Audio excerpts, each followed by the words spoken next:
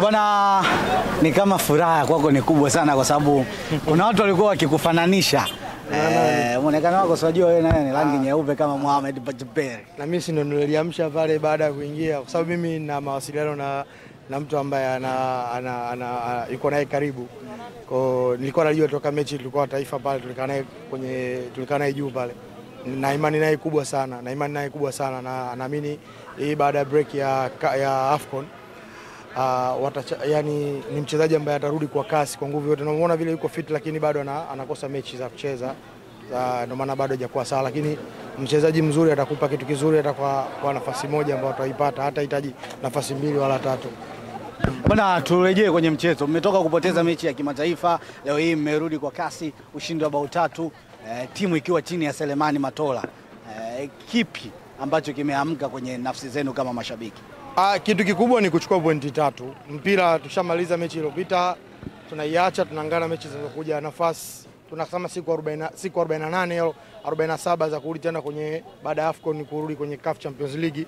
Nafikiri hapo kati kuna dirisha la usajili, kuna kocha mpya atakuja na benchi la ufundi. Kwa hiyo nafikiri mambo ya nafasi ipo na bado tuna nafasi, na sisi ni wazoefu kwenye yale mashindano. Naamini tutapita kwenye robo final. Ni kweli mnahitaji kocha mpya kwa hichi ambacho anakionyesha Selemani Matola?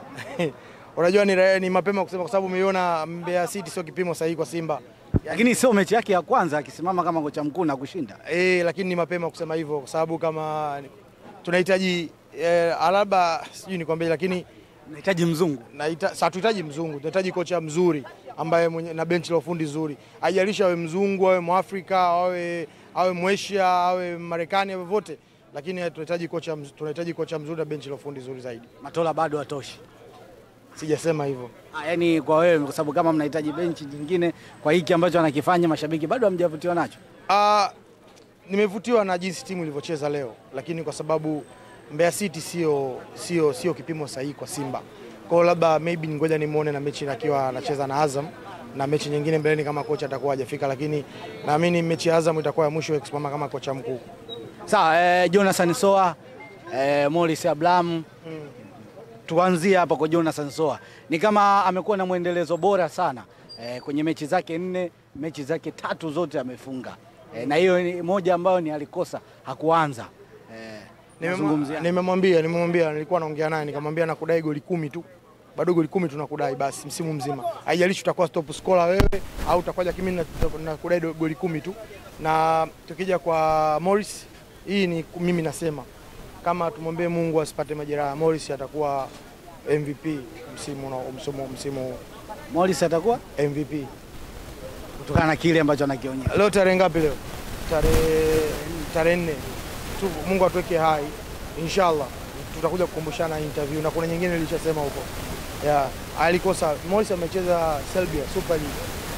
Angalia tachi zake, angalia jinsi anavyorudi, angalia anamfanya Kapombe ana relax, anarudi nyuma, anapanda mbele, anakuja kati, anarudi nyuma. Kama uliona kuna kona kama mbili piga ndio ilikuwa kama sentafu mwisho huko. Yaani ni mchezaji ambaye unaona amepitia makocha wengi, ana nafasi moja tu anaweza kukuzuru.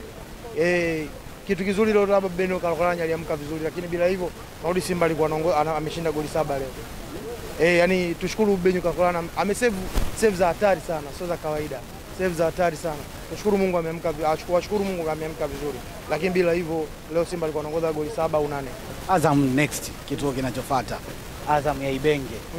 Unazungumziaje mchezo huu? Azam ni timu nzuri, ina wachezaji wazuri. Unajua unapomfunga mtu ambaye mnagombania ubingwa inakuwa inasaidia kwa sababu unampunguza kasi. Ana kocha mzuri ambaye anaijua Simba, tumecheza naye zaidi ya mara 4 akiwa Al Hilali, akiwa na Skoseina, kuna timu gani nimesahau, lakini nafikiri tutacheza naye tena. Anaijua Simba na anajua soka la Afrika, na sio mara kwanza kuja Tanzania. Pia wana wachezaji wazoefu na wachezaji wazuri, kwa hiyo nafikiri itakuwa mechi ngumu, lakini na imani na timu yangu itaondoka na ushindi. Bwana, shukrani. Asante sana. Kuja nafasi tunasema siku 48 au 47 za kurudi tena kwenye baada ya AFCON, kurudi kwenye CAF Champions League. Nafikiri hapo kati kuna dirisha la usajili, kuna kocha mpya atakuja na benchi la ufundi. Kwa hiyo nafikiri mambo ya nafasi ipo na bado tuna nafasi, na sisi ni nasema wazoefu kwenye yale mashindano. Naamini tutapita kwenye robo final, tutafika. Ni kweli mnahitaji kocha mpya kwa hichi ambacho anakionyesha Selemani Matola? Unajua ni mapema kusema kwa sababu umeiona Mbeya City sio kipimo sahihi kwa Simba. Lakini sio mechi yake ya kwanza akisimama kama kocha mkuu na kushinda. Lakini ni mapema kusema hivyo kwa sababu kama tunahitaji alaba sijui nikwambie, lakini tunahitaji mzungu. Sasa tuhitaji mzungu, tunahitaji kocha mzuri ambaye na benchi la ufundi zuri. Haijalisha awe mzungu, awe Mwafrika, awe Mwasia, awe Marekani, awe vote, lakini tunahitaji kocha mzuri na benchi la ufundi zuri zaidi. Matola bado hatoshi. Sijasema hivyo. Yaani kwa wewe, kwa sababu kama mnahitaji benchi nyingine kwa hiki ambacho anakifanya, mashabiki bado hamjavutiwa nacho? Nimevutiwa na jinsi timu ilivyocheza leo, lakini kwa sababu Mbeya City sio kipimo sahihi kwa Simba. Kwa labda maybe ngoja nimuone na mechi akiwa anacheza na Azam na mechi nyingine mbeleni kama kocha atakuwa hajafika, lakini naamini mechi ya Azam itakuwa ya mwisho kusimama kama kocha mkuu.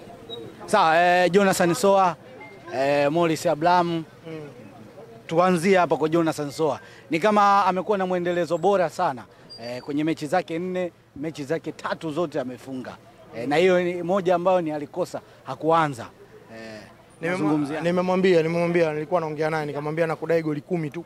Bado goli 10 tunakudai basi msimu mzima. Haijalishi utakuwa stop scorer wewe au utakuja kimi nakudai goli 10 tu.